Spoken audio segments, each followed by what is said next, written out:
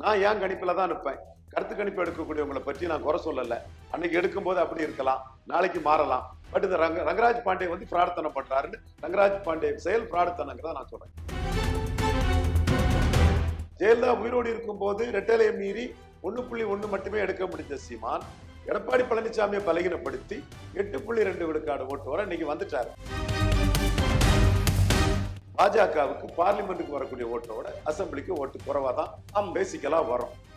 அது அண்ணாமலை ஹீரோவா எடுத்த ஓட்டு. எடப்பாடி இடைத்தேர்தலில் புறக்கணித்து மிக மிக மிக தவறுன்றீங்க. ஏன் கருணாநிதி புறக்கணிக்கவில்லையா?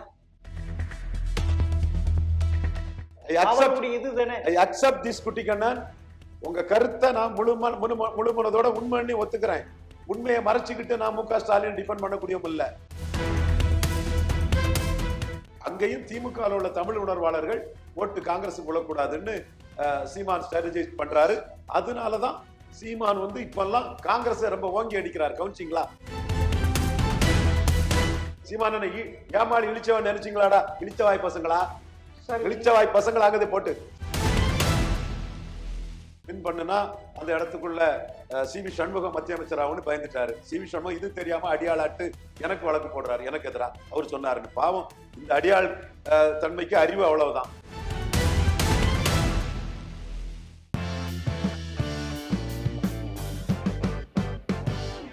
எம்டிவி நேயர்களுக்கு வணக்கம். அரசியல் விமர்சகர் ரவீந்தர் துரைசாமி அவர்கள் சந்திப்பார். வணக்கம் சார். வணக்கம் குட்டிக்கண்ணன். என்ன சார், நீங்க என்னவோ திமுக 45%, அதிமுக 35% எடுக்கும், அது வெற்றி பெறும் திமுக தான்ட்டு சொல்றீங்க. அப்படி உறுதியா சொல்றீங்களா சார்? இன்னும் 3 மாசம் கிட்ட இருக்கு, எப்படி சார் அது சொல்றீங்க? இல்ல, நான் அதிமுக நான் சொல்லல, திமுகவுக்கு தான் நான் சொல்றேன். ஏன்னா நான் சொல்றது என்ன அடிப்படையில சொல்றேன்னா, 2019 அவங்க 53 விழுக்காடு வாக்கெடுத்தாங்க. 2021 45 விழுக்காடு வாக்கெடுத்தாங்க. 2024 அவங்க 47 விழுக்காடு வாக்கெடுக்கிறாங்க. ஒரு 3 தடவை ஸ்டாச்சுரேட்டட் ஓட்டாட்டு ஜோதிபாசு தலைமை கொடுத்த மாதிரி ஒரு 45க்கு மேல 3 தடவை வந்துட்டாங்கிற ஒரு அடிப்படையில நான் சொல்றேன். அதுவும் 2024 ராகுல முன்னிறுத்தல. அதனாலதான் இப்ப ராகுலுக்கு கொஞ்சம் வருத்தமா இருக்குது. ஸ்டாலின் ராகுல் பேச்சுவார்த்தையில 29யும் நம்மளை முன்னிறுத்த மாட்டாங்கிற ஒரு எண்ண ஓட்டம் ராகுலுக்கு இருக்கு. ஸ்டாலினை முன்னிறுத்தி தமிழ்நாட்டை காப்பாத்திட்டாரு, இந்தியாவை காப்பாற்ற போறாருன்னு சொல்லும் போது ஸ்டாலினை மையமா வச்சு விழுந்த வாக்குங்கிற அடிப்படையில நான் அதை சொல்றேன். இன்னும் சொல்ல போனா, ஒரு பாராளுமன்ற தேர்தல் காங்கிரஸ் சென்ட்ரிக்கா, இந்திரா காந்தி குடும்ப சென்ட்ரிக்கா ஒரு பாராளுமன்ற தேர்தல் சட்டமன்ற தேர்தலோட வரும்போது இடைத்தேர்தல் நடந்தா அந்த இடைத்தேர்தல் வாக்கை விட அந்த காங்கிரஸ் குடும்ப லீடர்ஷிப்புக்கு வந்து ஹெவியா ஓட்டு போகும். ஒரு ஆட்சி அதிகாரத்துல ஒரு கட்சி இருக்கும் போது இப்படி ஒரு அணி அமைஞ்சதுதான். 2019 கூட திமுக அணி பாராளுமன்றத்துக்குள்ள எடுத்த சிக்மன்ற உள்ள ஓட்டை இடைத்தேர்தலுக்குள்ள எடுக்க முடியல.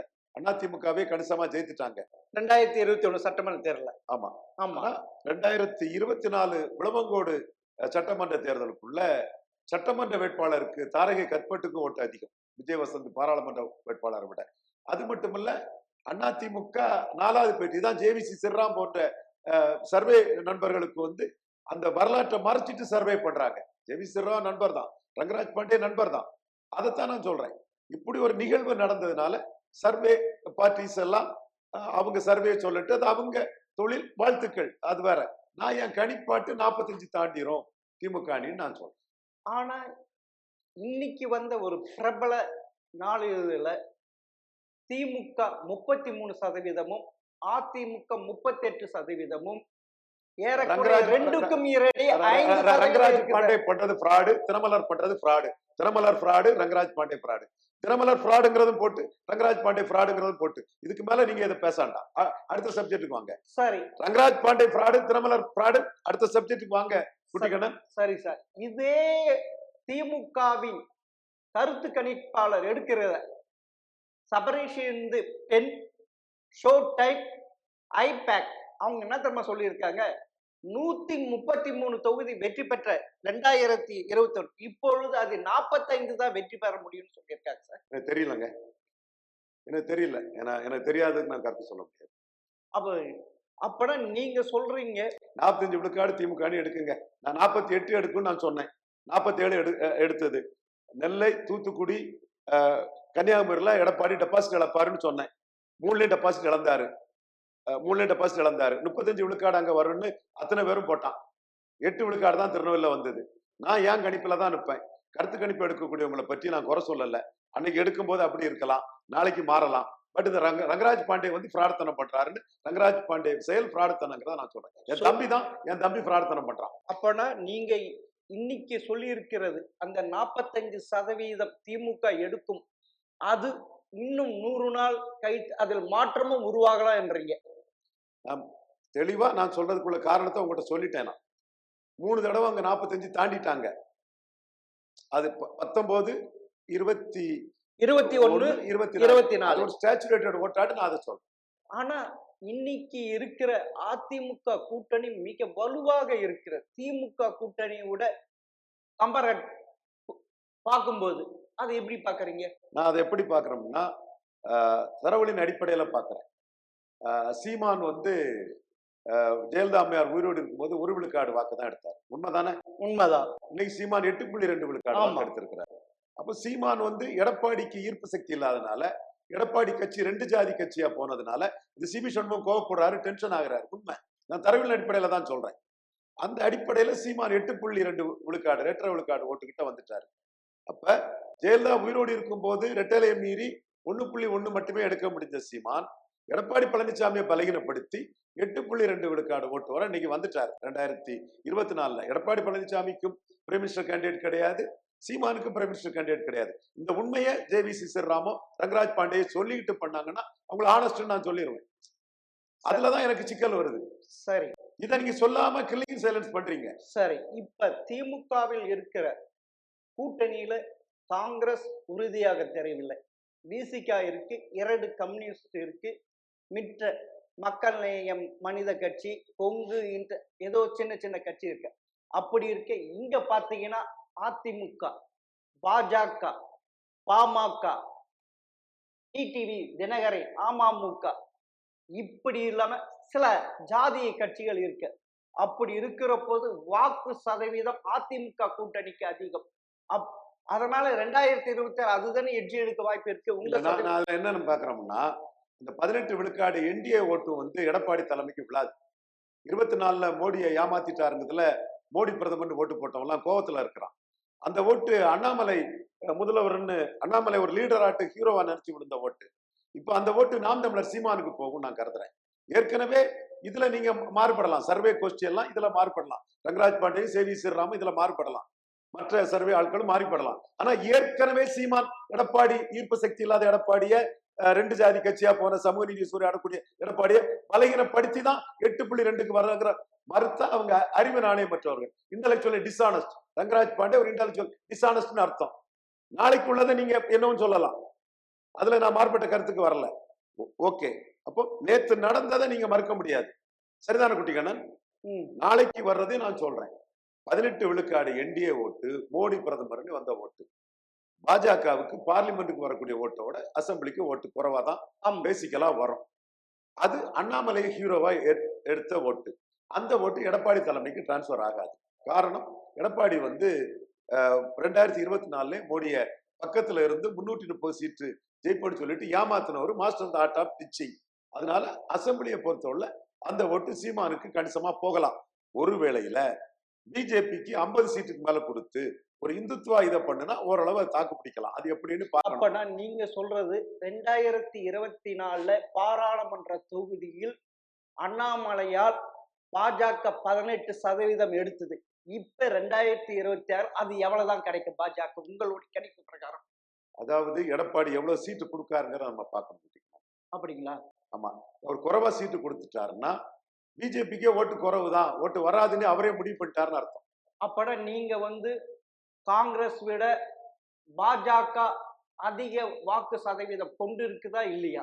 கண்டிப்பா இருக்குது. அதுக்குள்ள சீட்டு எடப்பாடி கிட்ட வாங்கணும். காங்கிரஸ் வந்து விஜய ஒரு ஆப்ஷனா காட்டி திமுக சீட்டை வாங்கிடுவான் போல தெரியுது. சரி, நீங்க சொல்றீங்க திமுகவில் காங்கிரஸ்க்கு எவ்வளவு தொகுதி அதிகமா கொடுக்க கொடுக்க திமுகவின் வெற்றி சதவீதம் குறைவு. அதே போல அதிமுகவில் பாஜக அதிக தொகுதிகள் கொடுத்தா அது அதிமுக தோல்வி முகம் தானே இருக்கும். அப்படி இல்லை. எடப்பாடிக்கு ஓட் டிரான்ஸ்பரிங் கெப்பாசிட்டியும் சீட் கன்வெர்ட்டிங் கெப்பாசிட்டியும் இல்லை. இந்த சர்வே பார்ட்டிஸுக்கு நான் சொல்றேன், நீ சர்வே நடத்துக்க, பிழப்பு நடந்துக்க, போ, என்ன வேணாலும் பழச்சிட்டு போப்பா, பிழப்பு, வாழ்க வளமுடன். ஆனா நான் சொல்லக்கூடிய தரவுல குறுக்க வந்து அடிச்சு நொறுக்கிறோம் எவனாலும். அது எவனாலும் விட மாட்டேன். என் தரவை சொல்றேன் நான்.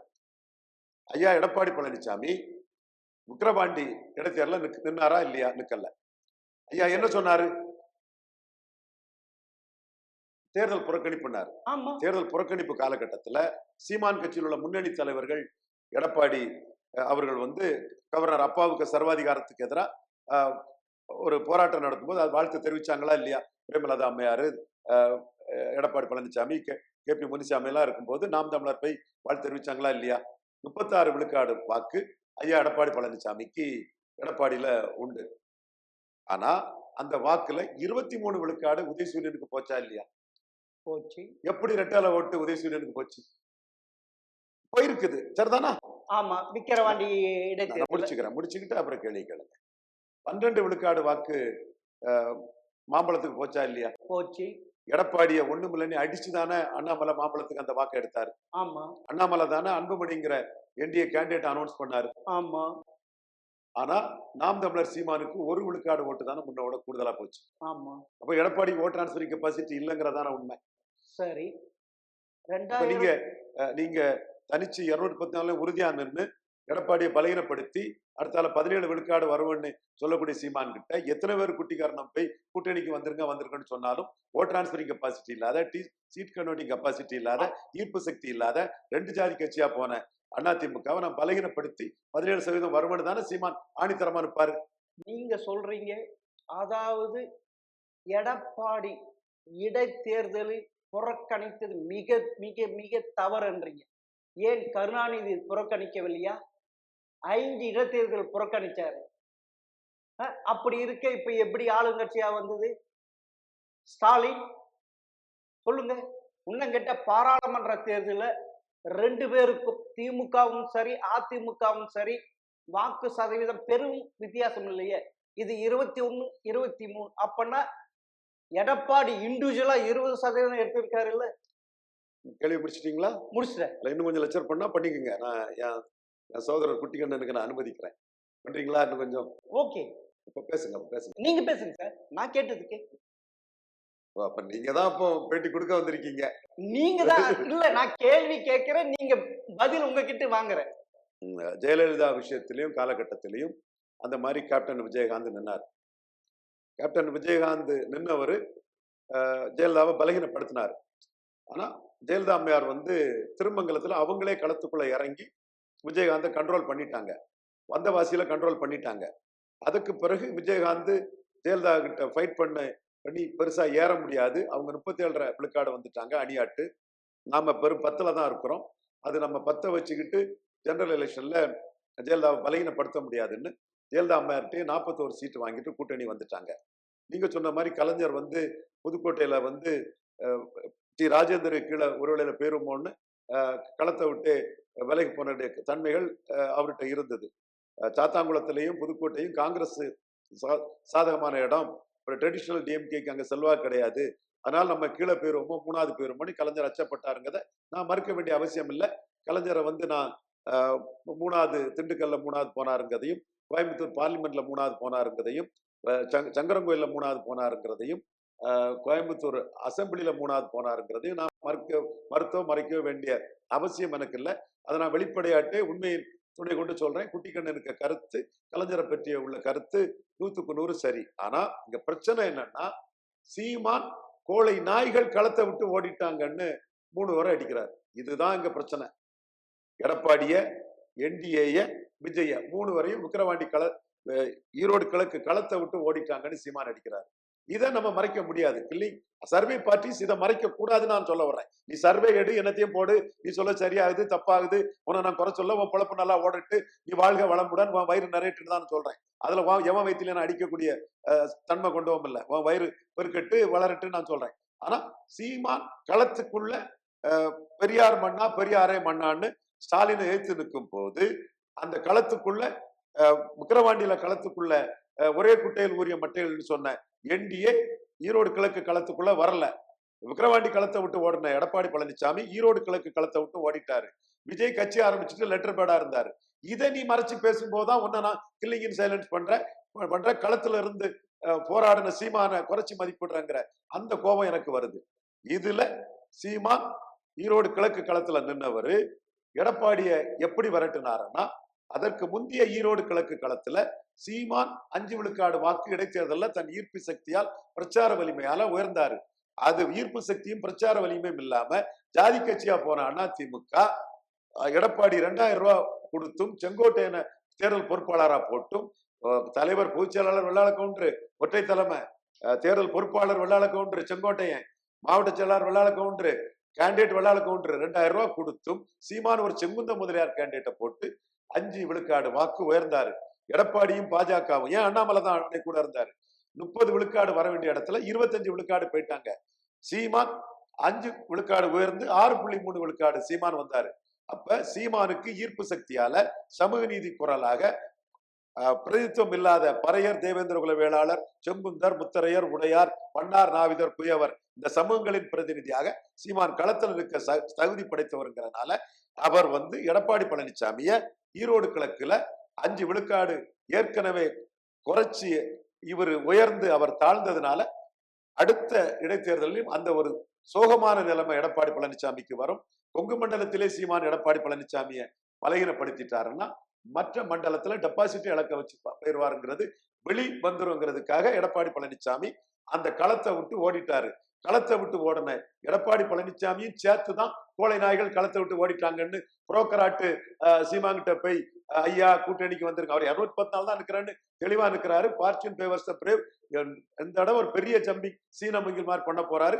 நீ வியாபாரத்துக்காக போறவனுக்கெல்லாம் இதை முதல்ல எழுதிக்கிட்டு நீ நியாயத்தை சொல்லக்கூடியவன் நியாயமானவன் சொல்லிக்கிட்டு நீ சீமான்ட்ட பேசு. சீமான ஏமாளி இழிச்சவன் நினைச்சீங்களாடா? இழிச்சவாய் பசங்களா, இழிச்சவாய் பசங்களாகவே போட்டு. சரி, உங்ககிட்ட நான் கேட்கிறேன், 1991 இருந்து 2017 வரைக்கும் நடைபெற்ற இடைத்தேர்தலில் ஆளுங்கட்சி தான் வெற்றி பெற்றிருக்கு. அது ஒண்ணு. அதுல டிடிவி தினகரன் தான் இங்க சென்னையில வின் பண்ணாரு, டெபாசிட் போச்சு. அதுதான் கணக்கு. அப்பன்னா இது நீங்க சொல்ற மாதிரி விக்கிரவாண்டியும் சரி ஈரோடு கிழக்கும் சரி கணக்கில் எடுத்துக்கலாமா? அது திமுகவுக்கு கணக்கில் எடுத்துக்க முடியுமா? அந்த சதவீதத்தை எடுத்துக்கலாமா? நீங்க சொல்றது சீமானுடைய வாக்கு சதவீதத்தை எடுத்துக்கலாம், ஆளுங்கட்சியால எடுத்துக்கலாமா? அன்றைய இதுக்கு ஆளுங்கட்சிக்கு அதிகார பலத்துல தான் ஓட்டு வருது, அதுல நான் எந்த சந்தேகம் படல. அதிகார பலத்துல ஒரு குறிப்பிடத்தக்க ஓட்டு வரத்தான் செய்யுது.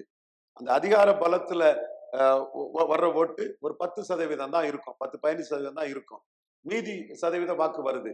அந்த வகையில தான் இன்னைக்கு எடப்பாடி ஈரோடு கிழக்கையிலையும் விக்கிரவாண்டியிலும் நிற்காததுனால ப்ரோ 1 இயர் நான் 1 year consultation, bro Vellala Gounder நான் வெள்ளாள கவுண்டர் கன்சால்டேஷன் ரெண்டு ஒரு பெரிய வாய்ப்பு இவரு மு.க. ஸ்டாலினுக்கு கிடைச்சிருச்சு.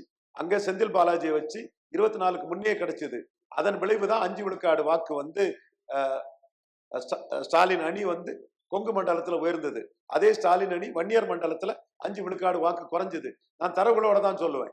சரி, இப்பொழுது காங்கிரஸ் நான் திமுக விட்டு வெளியேறுகிறேன் அப்படி சொன்னா கூட ஓடிப்போய் திமுக இப்பொழுது கனிமொழியை அனுப்பி டெல்லிக்கு அனுப்பி கூட்டணி வைக்க வேண்டிய கட்டாயத்துக்கு வந்துட்டாருல்ல, அவருடைய இதுதானே. I accept this Kuttikannan. உங்க கருத்தை நான் முழுமனதோட உண்மைன்னு ஒத்துக்கிறேன். உண்மையை மறைச்சுக்கிட்டு நான் மு.க. ஸ்டாலின் டிஃபெண்ட் பண்ணக்கூடியவும் இல்ல. கனிமொழி ராகுலை போய் பார்த்தது திமுகவுக்கு காங்கிரஸ் கூட்டணி அவசியம்ங்கிறத ஸ்டாலின் மேனிபெஸ்ட் பண்றாரு. நான் ஒத்துக்கிறேன் குட்டிக்கண்ணன். அப்பனா அதாவது இப்பொழுது திமுகவும் சரி காங்கிரசும் ஒரு பொருந்தாத கூட்டணியில இருக்குது இல்ல. ஓட் டிரான்ஸ்ஃபர் ஆகுமா சட்டமன்ற தேர்தலில்? அதைத்தான் சீமான் எதிர்பார்க்கிறாரு. 2009ஆம் ஆண்டு எல்லாமே தரவுகளோட சொல்றேன். இந்த சர்வே பார்ட்டிகள் மாதிரி ஃப்ராடு தனத்தை பண்றது எனக்கு வேலை கிடையாது. நான் தரவுகளோட சொன்னேன். 10 கேட்டு நான் சொன்னது என்னைக்கும் கரெக்டா வந்திருக்கும். பாண்டே சொன்னது, ரவீந்திர துரைசாமி சொன்னதை எடுத்து பாருங்க. ஜெவி ஸ்ரீராமுக்கு சர்வே, ரவீந்திர துரைசாமிக்கு கருத்தை எடுத்து பாருங்க. நான் சர்வே, எனக்கு டீம் இருக்குது, அது வேற விஷயம். பட் நான் என் கருத்தா, என் கணிப்பா சொல்றேன், எல்லாம் கரெக்டா இருக்கும். இந்த இடத்துலயும் குட்டிக்கண்ணன் கருத்தா நான் மதிக்கிறேன். 2009ஆம் ஆண்டு காங்கிரஸ் திமுக கூட்டணி ஓரளவு பொருந்தா கூட்டணியா தான் போச்சு. ஆனா ஜெயித்துட்டாங்க, 27 சீட்டு ஜெயித்துட்டாங்க, மெஜாரிட்டி வந்துட்டாங்க எம்பி சீட்டு. அதுல சீமானோட பிரச்சாரத்தால காங்கிரஸ் பாதிக்கப்பட்டது. 15 எம்பி சீட்டு நின்றவங்க 7 தான் ஜெயித்தாங்க, 8 தோத்து போனாங்க. ஆனா திமுக தென் சென்னை, திருவள்ளூர், கரூர், பொள்ளாச்சி 4 தொகுதியில தான் தோத்தாங்க. காரணம், திராவிட முன்னேற்ற கழகத்தை சேர்ந்த தமிழ் உள்ள இளைஞர்கள் காங்கிரஸுக்கு ஓட்டு போடல. இப்பவும் சீமான் அதைத்தான் எதிர்பார்க்காரு. அதனாலதான் காங்கிரஸை வச்சு செய்யறாரு சீமான் காங்கிரஸை வச்சு செய்யறாரு. இப்போ விஜய்க்கு ரசிகர்கள்ல தமிழ் உணர்வு உள்ளவன் காங்கிரஸுக்கு ஓட்டு போட மாட்டான். ஒருவேளையில விஜய் காங்கிரஸ் கூட்டணி வாய்ப்பு இல்லை, வந்தாலும் கூட தமிழ் உணர்வு உள்ள ஆள போறான் தமிழன்னு சீமானுக்கு லாபத்தை பார்த்து சீமானுக்கு மைக்க போட்டெல்லாம் விஜய் செல்ல ஜிமிக்ஸ் பண்ணாருல, அந்த தமிழ் உணர்வு உள்ளவன் காங்கிரஸுக்கு ஓட்டு போட மாட்டான். அவன் திமுக கூட்டணி தான் காங்கிரஸ் இருக்க வாய்ப்பு மிக மிக பிரகாசம். அங்கேயும் திமுக உள்ள தமிழ் உணர்வாளர்கள் ஓட்டு காங்கிரஸுக்கு விழக்கூடாதுன்னு சீமான் ஸ்ட்ராட்டஜைஸ் பண்றாரு. அதனாலதான் சீமான் இப்பெல்லாம் காங்கிரஸ் ரொம்ப ஓங்கி அடிக்கிறார். கவனிச்சிங்களா? ஆமா, சரி. அதாவது ஸ்டாலின் மிகப்பெரிய தவறு செய்யறாருல, காங்கிரஸை கூட்டணி விட்டு வெளியே விட்டுட்டு அதுவே அதையும் இழுத்துட்டு வந்து இருந்தா ரொம்ப நல்லா இருந்திருக்கும் இல்ல? அது ஸ்டாலின் தான் அதுல முடிவெடுக்கணும். ஏன்னா ஸ்டாலின் தான் முடிவெடுக்கணும். அவரே தன்னுடைய தோல்விக்கு குழி பறிச்சுக்கிறாரா? ஸ்டாலின் தான் அதுல முடிவெடுக்கணும் குட்டிக்கண்ணன். ஸ்டாலின் அந்த முடிவெடுக்க காரணம்னா, காங்கிரஸ் இருந்தாதான் கிறிஸ்டின் முஸ்லீம் கன்சால்டேட் ஆகும். 3 தடவை ஜெயித்தோம், ஜெயித்த அலையன்ஸை ஏன் டிஸ்டர்ப் பண்ணணும், அதை அப்படியே கொண்டு போகணும், ஜோதி பாஸ் மாதிரி கொண்டு போகணும் அவர் நினைக்கிறார்.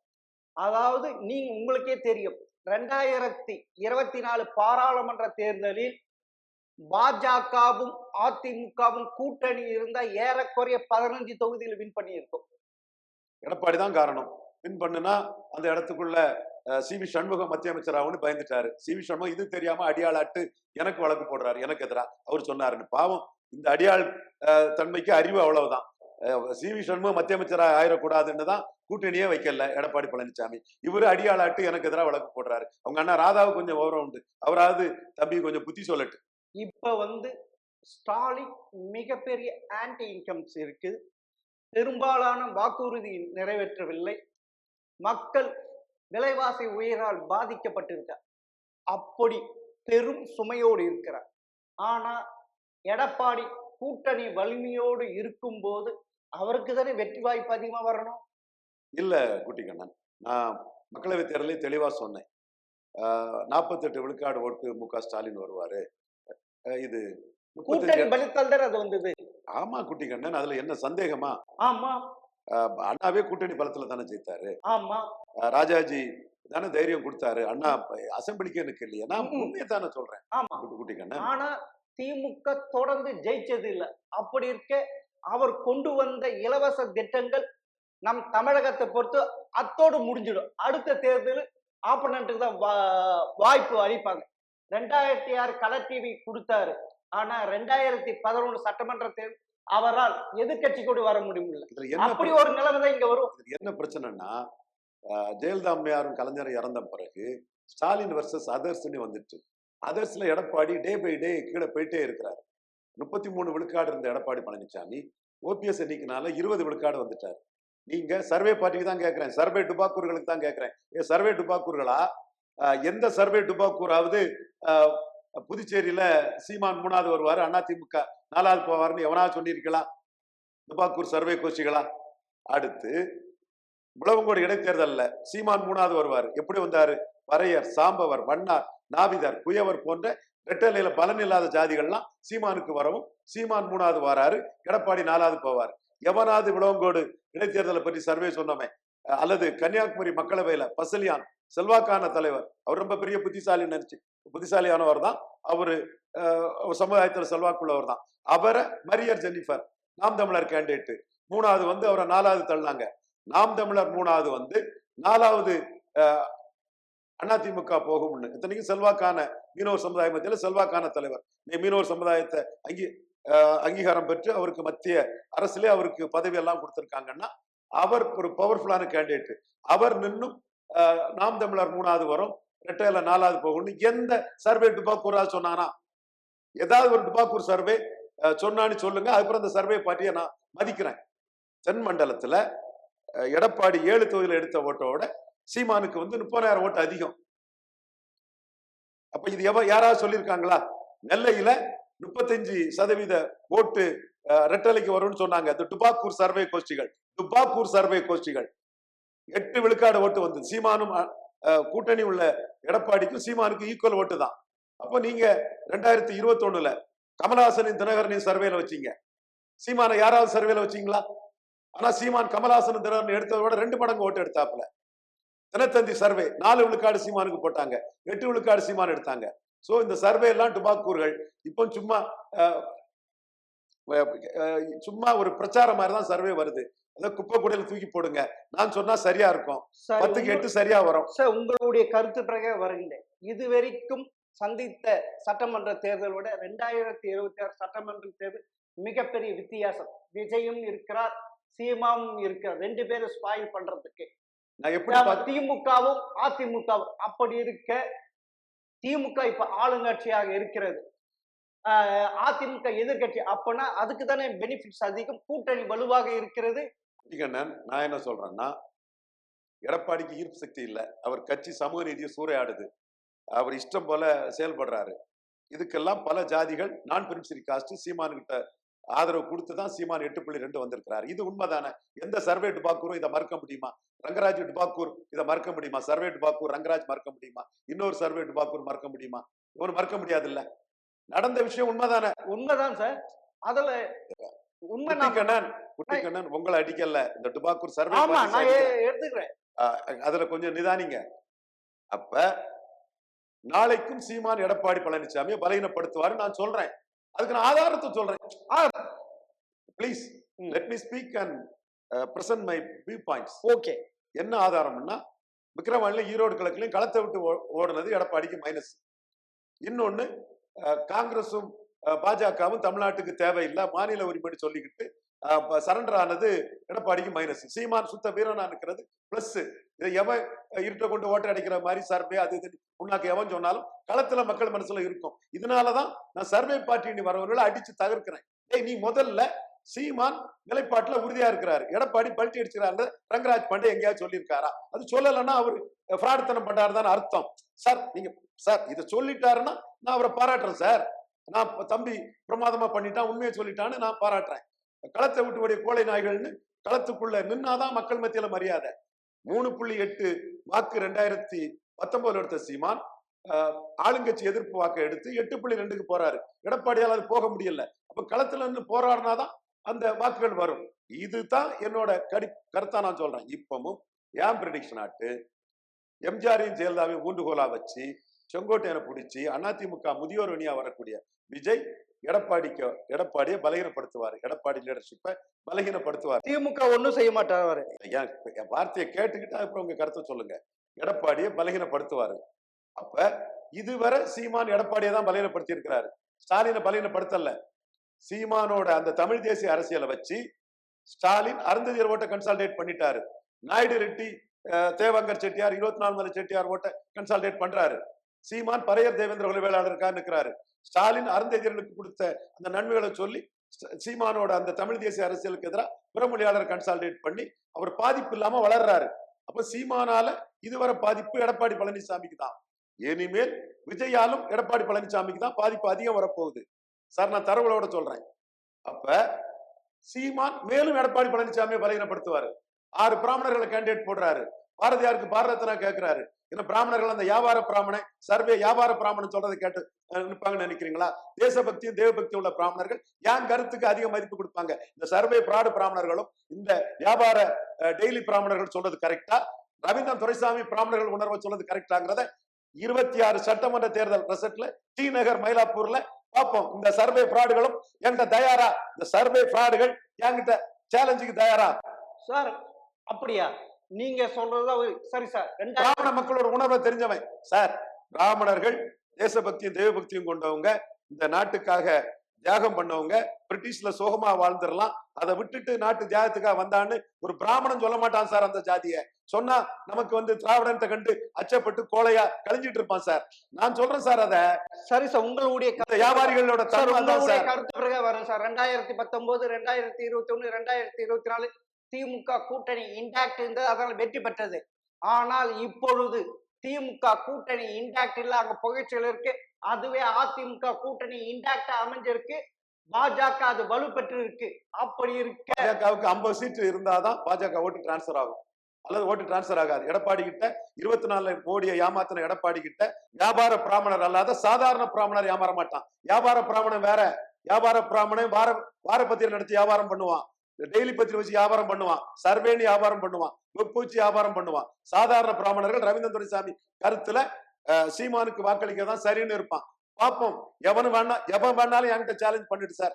டி நகர், மயிலாப்பூர். சரி சார், நான் ஒண்ணு கேட்கிறேன் சார். நீங்க நான் சீரியஸா என்ன பேட்டி எடுக்க வந்திருக்கீங்க, அது புரிஞ்சுக்கணும். நீங்க நான் உங்களை கூட அடிக்கல, இந்த வியாபார பிராமணர்களை அடிக்கிறேன். அப்ப நீங்க என்ன அலோவ் பண்ணணும்.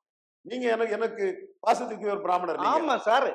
அப்ப டி நகர், மயிலாப்பூர்ல சீமானுக்கு அதிக ஓட்டு விடும், பிராமணர்கள் ஓட்டு. சேலத்தை சேர்ந்த என்னோட நண்பர்கள், வெளிநாட்டுல வாழக்கூடிய என்னோட நண்பர்கள், பாலசுப்ரமணியம், சேலம், எல்லாருமே சொல்றாங்க வியாபார பிராமணர்கள் வேற, சாதாரண பிராமணர்கள் வேற. சாதாரண பிராமணர்கள் சீமான் அண்ணா பக்கம் நிற்கிறோம், வியாபார பிராமணன் தான் எடப்பாடி கூட போய் வியாபாரம் பண்றான்னு அவன் சொல்றான் சார். நீங்க இன்னொன்னு, இப்பொழுது வட தமிழகத்தில் பாமக அதிமுக கூட இருக்கிறது, கொங்கு மண்டலம் எடப்பாடி, தென் மண்டலத்துல டிடிவி தினகரன், ஆக மொத்தம். ஆனா திமுக அப்படி ஒரு ஜாதி இல்ல, எதுவும் இல்ல. எப்பயுமே ஜாதி வச்சுதான் ஓட்டு போடுறாங்க. தென் மண்டலத்துல சசிகலாவை சிறைச்சாலையில கொல்ல சதின்னு சொன்ன சீமானுக்கு முக்குலத்தோர் ஓட்டு தினகரனோட அதிகம். தினகரன் எப்படி இருந்தானா இப்படி ஆயிட்டேன் அப்படின்னு தினகரனை முக்குலத்தோர் ஏத்துக்கல, எடப்பாடியை சப்போர்ட் பண்றதுல. இதான் உண்மை நிலைமை. சீமான போல்டா நிக்கிறாருன்னு சொல்றான் முக்குலத்தோர் இளைஞர்கள், தனிச்சு நிக்கிறாரு, போல்டா நிக்கிறாரு. கருத்து பிரகாரம் 2026 சட்டமன்ற தேர்தலில் திமுக தான் வின் பண்ணுவீங்க. சீமான் எடப்பாடி பழனிசாமியை மேலும் பலகீனப்படுத்துவார். ஆனா உறுதியாக சொல்ல முடியல எப்படி காலம். ஏன்னா விஜய் வேற களம், ஒட்டு ஒண்ணுல ஸ்டாலினை தோக்கடிக்கலாங்க. நீங்க அது வேற விஷயம், அது வேற விஷயம். நான் என்னைக்கு அதுதானங்க சொல்றேன். 57, 62 காமராஜ் உயரத்துல ஸ்டாலின் இருக்கிறாரு. 67 முதறிஞர் ராஜாஜியும் பேரறிஞர் அண்ணா பெருந்தகையும் தோற்கடிக்கலையா பெருந்தலைவர் காமராஜரை? சோ தோற்கடிக்கப்பட முடியாதவர் அல்ல, நடக்கலாம். தோற்கடிக்க முடியாதவர் அல்ல எடப்பாடியே. நான் சொல்றதை கேட்க சொல்லுங்க. சரி சார், பார்க்கலாம். இன்னும் 100 நாட்கள் இருக்கு. என்ன எடப்பாடியே ரவீந்திரன் துரைசாமி சொல்றதை கேட்க சொல்லுங்க.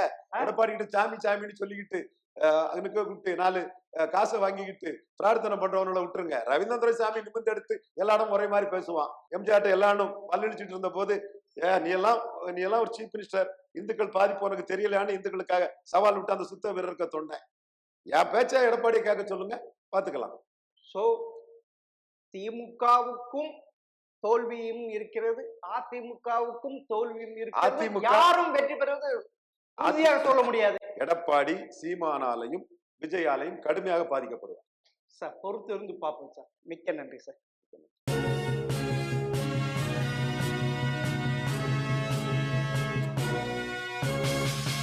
உடனுக்குடன் அப்டேட் தெரிந்து கொள்ள ஜெம் டிவி தமிழ் ஆப்பை இன்ஸ்டால் செய்யவும்.